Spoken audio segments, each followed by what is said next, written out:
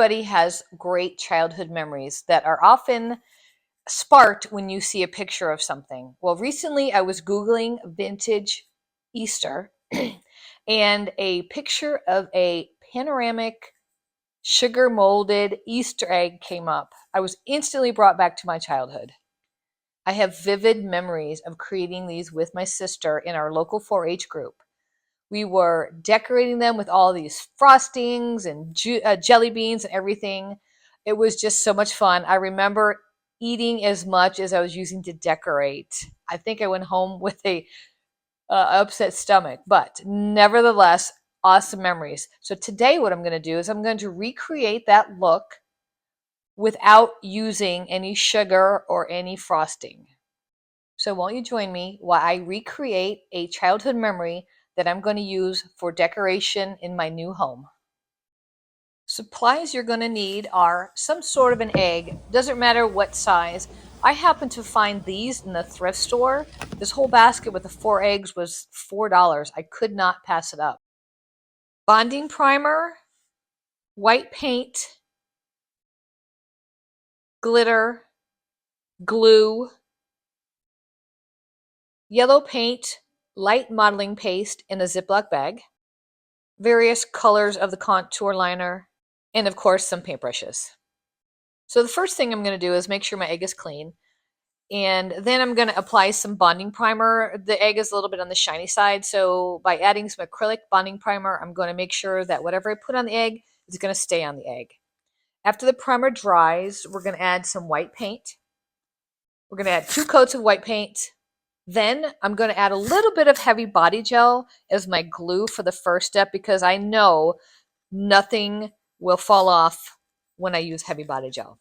So I'm going to add 1 coat of the heavy body gel, sprinkle the glitter all over my egg. After the glitter dries, I'm going to add another layer. I want the egg to be full of sugar-like look, so I'm going to double it. So this time I'm going to use a thinner glue. I'm just going to use some Elmer's glue. Put that on and apply the glitter again. Once the glitter dries, I'm going to take some clear varnish and apply it over the glitter. This way the glitter won't fall off while I'm decorating it.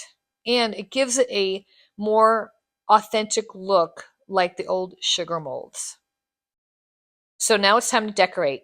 Well, when I was a child, the ones we made were in 2 parts and hollow, so we could actually put a scene in the egg so you could look through the opening and you would see a little a little scene.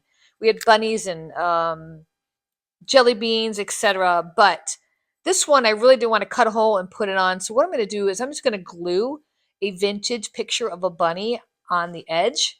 And then I'm going to take the new Vintage Brooches mold by IOD, and I'm going to use the air dry clay to just take the outline of the frame. But because it's so intricate and when I pull it out of the frame, I don't want it to break. I'm going to go ahead and stick it in the freezer for 10 minutes and then I will demold it and then put it right on my egg. Now they always decorate the top with some sort of decoration too. So I'm going to use a different vintage Easter picture and I'm going to use a different casting from the Vintage Brooches mold. And this time though, I'm going to show you that you don't have to just cast it on the outside and put it in the freezer. You can actually cast it with air dry clay and then just take your X-Acto knife and cut the middle out. And that's what I'm going to do here. And then I'm going to glue my picture on the top and then put this around the picture on the top for the decoration. The next step is I'm going to go ahead and paint both of the Vintage Brooches molds. And I'm just going to use a light pink. It seems the most popular colors back in the late 70s, early 80s when I did this was purple, yellow, green, and pink. So those are the colors I'm going to use. To mimic frosting, I thought the easiest thing for me to do was take the light modeling paste by Pentart and just add a little bit of yellow to recreate the look of frosting. This light molding paste is super light and easy to work with. So I'm just going to take a little bit of yellow and I'm going to put it in a cup and mix it with my light modeling paste. Then I will stick into a Ziploc bag and push it down into the corner, snip the corner off, and then I'm going to squeeze the light modeling paste around the egg. And I'm going to try to do it in a straight line. I could have pre-drew a line with a pencil, but I didn't think about that till after. And so I'm going to go ahead and, I guess it's called piping, and pipe the egg. This is what they used to use to glue the eggs together. And this would hide the line of where the molds came together.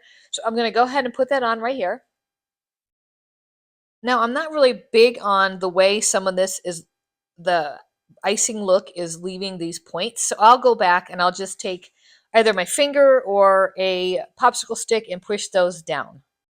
So I'm going to finish piping around the Vintage Brooches molds also. Then I'm going to add a few flowers to the top and then a couple of polka dots to finish the look.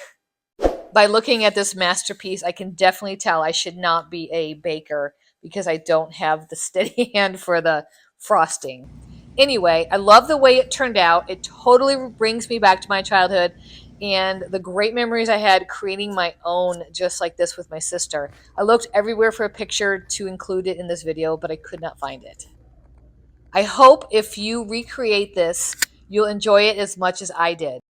If you enjoyed watching this video, I would appreciate a comment and even consider subscribing to my channel.